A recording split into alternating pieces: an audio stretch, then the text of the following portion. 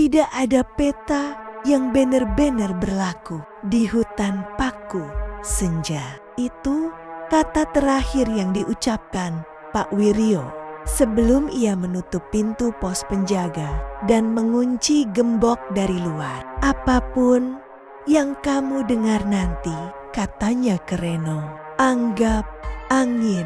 Reno tertawa kecil waktu itu. Sekarang, tawa itu terasa seperti kebodohan. Reno masuk hutan pukul ke-15,12. Langit cerah, burung masih bersuara. Tanah lembab tapi jelas. Tugasnya sederhana, memeriksa jalur lama yang katanya akan dijadikan jalur wisata. Ia sendirian, sinyal masih ada. Kompas di jam tangannya berfungsi. Semua terlalu normal. Dan itu kesalahan pertama. Tepat 17 menit berjalan, suara burung berhenti serentak. Bukan pelan-pelan, bukan satu-satu. Seperti seseorang mematikan saklar. Reno berhenti. Ia sadar sesuatu yang ganjil. Langkahnya tidak berbunyi. Sepatu botnya seharusnya menginjak ranting, menggesek daun kering. Tapi tidak ada apa-apa. Seolah tanah menyerap suara. Reno menoleh ke belakang. Jalur yang ia lewati hilang. Bukan tertutup, bukan samar. Tidak ada. Hanya pepohonan rapat. Seperti sudah tumbuh bertahun-tahun. Reno menelan ludah. Tenang, gumamnya. Masih ada kompas. Ia melihat jam tangannya. Jarum kompas berputar perlahan. Tidak berhenti. Ia melanjutkan berjalan, memilih arah matahari. Namun semakin jauh, pepohonan berubah. Batangnya terlalu lurus. Jaraknya terlalu rapi. Seperti ditanam ulang. Di salah satu batang pohon, Reno melihat sesuatu. Bekas pahatan. Huruf nama itu. Namanya sendiri, Reno. Ukirannya masih baru. Serpihan kayu belum menghitam. Tangannya gemetar. Aku belum pernah ke sini, bisiknya. Dari belakangnya terdengar langkah pelan meniru iramanya. Reno berhenti. Langkah itu berhenti. Reno berjalan. Langkah itu ikut.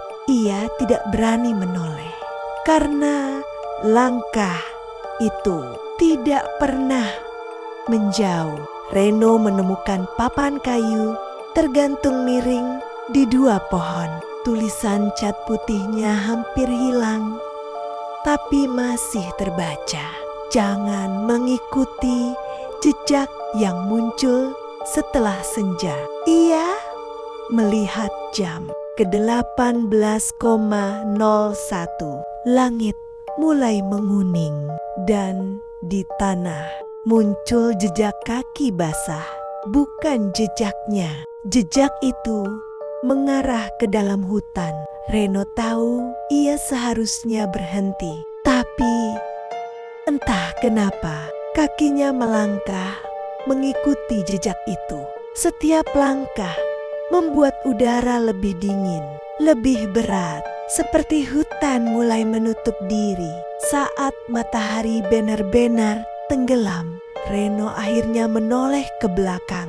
Dan ia melihat sesuatu yang membuat darahnya terasa dingin. Jejak kaki itu berakhir tepat di tempat ia berdiri sekarang. Seolah sejak awal jejak itu miliknya. Di masa depan, dari kegelapan terdengar bisikan pelan. Jalurmu sudah dicatat. Dan untuk pertama kalinya, Reno sadar ia tidak sendirian. dan tidak sedang dikejar. Ia sedang dipelajari. Malam turun tanpa suara. Tidak ada jangkrik, tidak ada angin, tidak ada dedaunan bergeser. Hutan paku senja menjadi ruang tertutup, seperti seseorang menutup pintu dunia dari luar. Reno berdiri kaku di antara pepohonan yang kini tampak lebih tinggi dari sebelumnya. Padahal ia yakin tingginya tidak sejauh itu sore tadi. Jam tangannya menunjukkan pukul ke-18:07. Ia menunggu 5 napas. 10 jam itu tidak bergerak. Reno mengetuk layarnya. Tidak rusak. Baterai penuh. Namun detik berhenti. Bukan rusak, tapi ditahan. Saat mata mulai menyesuaikan gelap, Reno menyadari sesuatu. Ia masih bisa melihat. Padahal langit sudah hitam penuh. Cahaya itu datang dari bawah, dari tanah lembut, kehijauan seperti pantulan lumut, tapi terlalu terang. Ketika ia menunduk, cahaya itu padam, seolah tahu sedang diperhatikan. Reno mulai berjalan perlahan. Ia menghitung langkah. 1, 2, 3. Di langkah keempat, ia mendengar napas. Bukan dari depan, bukan dari belakang. Tepat di samping telinganya. Pendek, teratur. Menyesuaikan ritmenya, Reno menahan napas. Napas itu ikut berhenti. Aku tahu caramu melangkah. Suara itu sangat pelan, hampir seperti pikiran sendiri. Reno memutar badan cepat. Tidak ada siapa-siapa. Namun di tanah ada 2 pasang jejak kaki.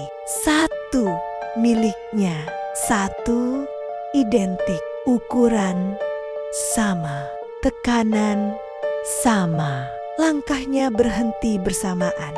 Reno berbisik, "Siapa kamu?" Hutan menjawab dengan suaranya sendiri yang belajar sebelum menggantikan. Ia berjalan makin cepat. Di kejauhan, ia melihat sesuatu yang mustahil. Pondok kayu, lampu minyak menyala. Asap tipis keluar dari cerobong. Pos penjaga, gumam Reno. Harapan menyelinap. Ia mendekat dan mendengar suara batuk. Batuk yang ia kenal. Batuknya sendiri. Reno mengintip ke dalam pondok. Di sana duduk seorang pria. Pakaiannya sama, sepatunya sama. Luka kecil di tangan kirinya. Di tempat yang sama, pria itu menulis sesuatu di buku catatan. Tulisan tangan Reno. Tanggalnya besok. Dengan tangan gemetar, Reno membaca dari luar. Malam pertama selalu tenang. Jangan percaya apapun yang menyebut namamu. Jangan menjawab. Jangan bertanya. Dan yang paling penting, jangan tidur sebelum mendengar langkah ketiga. Langkah ketiga belum sempat berpikir. Krek, satu ranting patah di belakangnya. Krek, ranting kedua. Reno menelan ludah, menunggu. Krek, krek. Langkah ketiga. Lampu pondok padam. Pepohonan bergeser pelan. Tidak terlihat bergerak, tapi jaraknya menyempit. Udara menekan dada. Reno berlari, namun tanah menjadi lunak. Seperti lumpur hangat menarik kakinya. Tenang saja, suara itu berkata, "Kami tidak melukaimu. Kami hanya mencocokkanmu. Reno jatuh. Tanah di bawahnya berdenyut seperti jantung. Di detik terakhir sebelum panik menelan logika, Reno teringat satu hal. Pak Wiryo bilang, anggap angin. Reno menutup telinga, menutup mata, tidak menjawab apapun, tidak memikirkan apapun. Ia berdiri, melangkah tanpa tujuan, dan hutan diam. Reno membuka mata. Ia berdiri di tempat yang sama seperti saat masuk hutan. Langit masih gelap. Jam tangannya kini bergerak lagi ke 18,08, seolah tidak pernah berhenti. Namun di tangannya ada buku catatan, buku yang tadi ditulis oleh dirinya, dan di halaman terakhir tertulis, jika kamu membaca ini, berarti aku gagal keluar. Di kejauhan terdengar langkah, bukan satu, bukan dua, banyak, dan semuanya melangkah dengan caranya. Langkah-langkah itu berhenti serentak, bukan karena Reno berhenti, tapi karena mereka sudah cukup dekat. Udara di sekelilingnya mengental. Setiap tarikan napas terasa seperti menelan kabut basah. Reno berdiri diam, buku catatan masih di tangannya. Ia tidak membuka halaman baru. Ia takut tulisan di dalamnya akan berubah saat ia melihat pepohonan di sekeliling Reno tidak bergerak, namun jaraknya menyempit, bukan maju, bukan mundur. Disusun ulang, jalur di depannya lurus, terlalu lurus, seperti lorong. Dan di ujung lorong itu, cahaya redup, bukan api, bukan lampu. Lebih seperti ingatan akan terang. Reno berjalan pelan, setiap langkah disertai gema kecil, bukan dari tanah, tapi dari dalam kepalanya. Lorong pepohonan berakhir pada tanah lapang, dan di sana berdiri sesuatu yang membuat tengkuknya dingin. Tenda kecil, persis seperti tenda yang ia pakai dulu saat kuliah. Lapangan bertahun-tahun lalu. Bahkan ada sobekan kecil di sisi kanan. Sobekan yang hanya ia tahu. Api unggun menyala di depan tenda. Nyala, oranye pucat. Tidak ada suara kayu terbakar. Tidak ada panas. Namun bayangan Reno tetap jatuh ke tanah. Dan bayangan itu bergerak sedikit terlambat. Tidak ada suara, tidak ada bisikan. Tapi Reno tahu tempat ini menunggunya duduk. Ia duduk. Api unggun membesar sedikit di seberang api. Seseorang duduk. Wajahnya tidak jelas. Bukan gelap, namun kabur. Seperti dilihat melalui kaca berembun. Orang itu berbicara pelan. Kamu selalu cepat memahami jalur. Reno tidak menjawab. Kamu cepat menyesuaikan langkah. Api berkedip. Kami butuh yang seperti itu. Reno menelan ludah. Apa yang kalian inginkan? Orang itu tersenyum. Bukan dengan wajah, tapi dengan nada. Kami tidak ingin mengambilmu. Kami ingin menyimpan caramu berjalan. Orang itu menunjuk ke pepohonan. Bayangan muncul satu persatu. Banyak, semuanya berdiri diam. Reno mengenali gerakan kecil, cara berdiri, cara menggeser berat badan, cara menoleh. Mereka semua pernah belajar jalur, dan tidak pernah pulang. Kamu bisa pergi, kata suara itu, dengan satu syarat. Reno menunggu. Biarkan satu versimu tinggal. Api unggun bergetar, tidak sakit, tidak mati, hanya menjadi referensi. Reno membuka buku catatan. Halaman baru telah terisi tulisan tangannya sendiri. Jika sampai di api unggun, jangan duduk terlalu lama. Jangan setuju. Apapun, ingat, mereka tidak berbohong, tapi mereka selalu mengurangi. Reno berdiri. Api unggun mengecil. Pepohonan bergeser lebih dekat. Bayangan-bayangan mendekat, tidak mengancam, menunggu. Seperti kasir. Reno menarik napas panjang. Aku tidak akan tinggal. Suara itu tidak marah. Kalau begitu, kami akan meniru tanpa izin. Reno berlari. Tidak ada yang mengejar, dan itu lebih menakutkan karena setiap belokan sudah tahu arahnya. Seperti hutan sudah hafal bagaimana ia akan kabur. Reno terjatuh di tanah lembab. Saat ia bangkit, ia melihat sesuatu yang membuat dadanya sesak. Jejak langkah di depannya mendahului miliknya.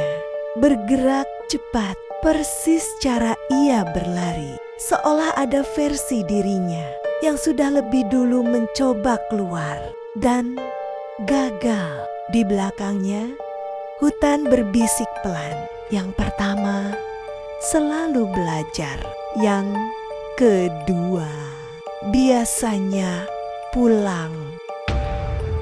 Jejak itu berhenti mendadak. Reno hampir menabraknya.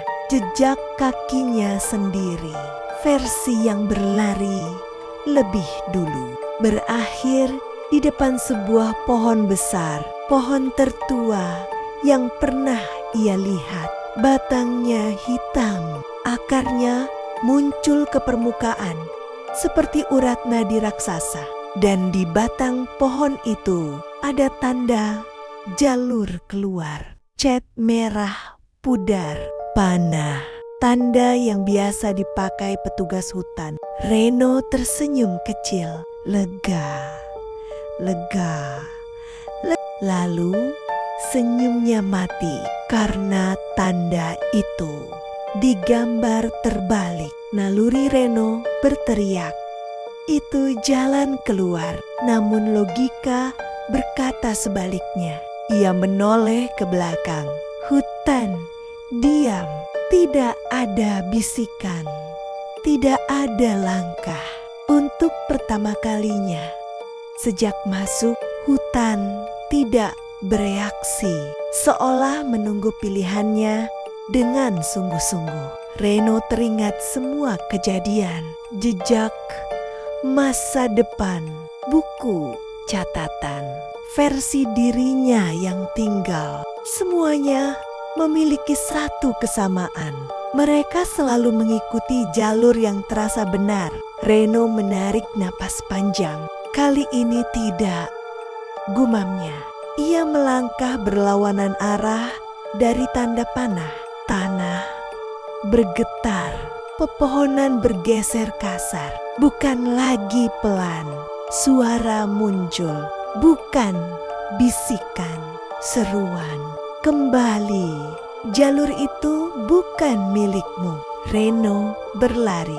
Arah yang salah terasa menyakitkan. Cabang mencakar.